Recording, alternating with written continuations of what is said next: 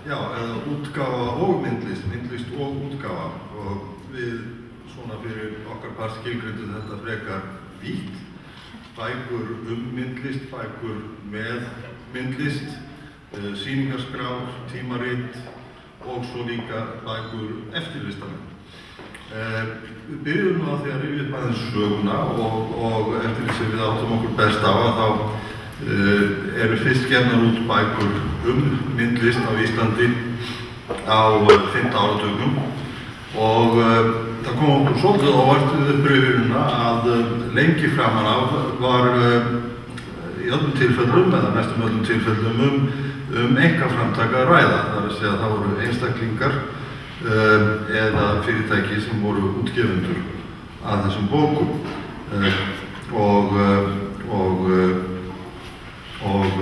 það hið opinbera eða sem sagt söfnstofnanir kominerun ekki að miklu marki að slíkri útgáfu fyrir en fyrst á 8. áratugnum og ekki að miklum þrótti fyrir en næsta áratuga eftir, það er að segja fyrir kannski svona 25 árum eða svo.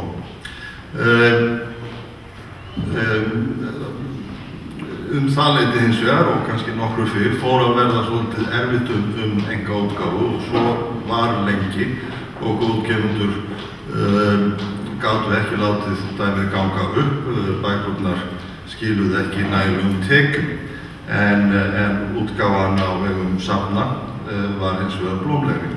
Og svo aftur svo útgáfa sem að má ekki gleyma og skiptir miklu að það eru hreinlega sýningarskrár og bækur sem listamenn hafa gefið sjálfur kostað alfarið sjálfur eða fundið sér pening í einhvers staðar út í bæ. Listamenn eru mjög meðvitaðir mikilvægi sýningarskráa og mikilvægi þess að það séu gefnar út bækur myndlist þeirra sjálfra og auðvitað í framhald af því almennt. Bækur, sýningarskrár lifa af þessu leyti í þessum skilningi að minnsta kosti lengur en sýningarnar sem að standa stutt, en það er hægt að heimsækja þær aftur í gegnum skrárnar ef vel til text.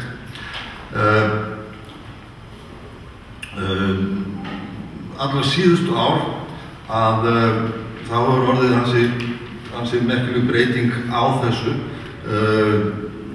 Það hafa aftur komið út bækur á vegum einkaforlaga í miklu meira mæli heldur en síðustu áratugina þar á undan og það er kannski margt sem kemur til þar, auðvitað áhugi þeirra sem að útgáfum standa en líka kannski dálítið nýtt módel í útgáfu, það er að segja að forlögin ná að fjármagna bækurnar að hluta til eða miklu leyti með annarkost styrkjum eða þá hreinlega að svo hefur verið í þessum tilfellum undanfarið stórar bækur eldri myndlistamenn eða látna að fjölskyldunar leggja til fé, fjölskyldalistamannsins leggur til peningin.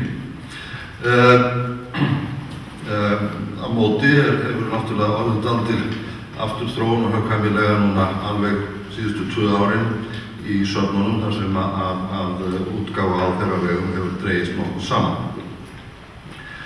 Við ræddum aðeins líka geyma það aðeins en stóra spurningin í þessu náttúrulega eins og komið fram í því sem ég sagði er auðvitað svolítið hver á að borga. Vandamálið er að útgáfa listaverkabóka hefur ekki skilað miklu tilbaka, hvort sem er að ræða sýningarskrár eða stærri bækur, þá hafa þær í langflestum tilfellum, með undantekningum þó mikilvægum, ekki selst fyrir kostnaði. Og það er eiginlega má segja að við höfum skoðað og rætt mikið 2 hliðar á því máli. Annars vegar hvernig í rauninni standi á því að myndlistarbækur seljist ekki meira en raun ber vitni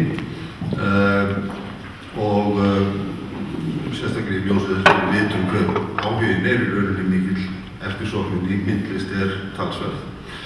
Og partur af því teljum við að minnsta kosti vera að aðgengið að þessum ritum sé ekki í lagi.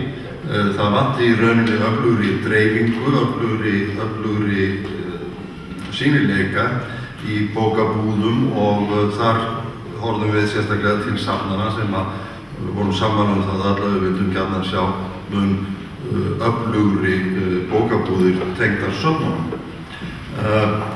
Engu að síður mun hið opinbera líklega alltaf þurfa að koma að einhverju leyti að því að fjármagna bækur eða minnst á kosti að gera fólki kleift að leggja af stað í slíka útgáfu og við veltum við fyrir okkur hvort ekki væri hægt að hugsa sér að bókmenntasjóður kæmi þar að en þyrfti að sjálfsögðu aukið fjármagn til þess.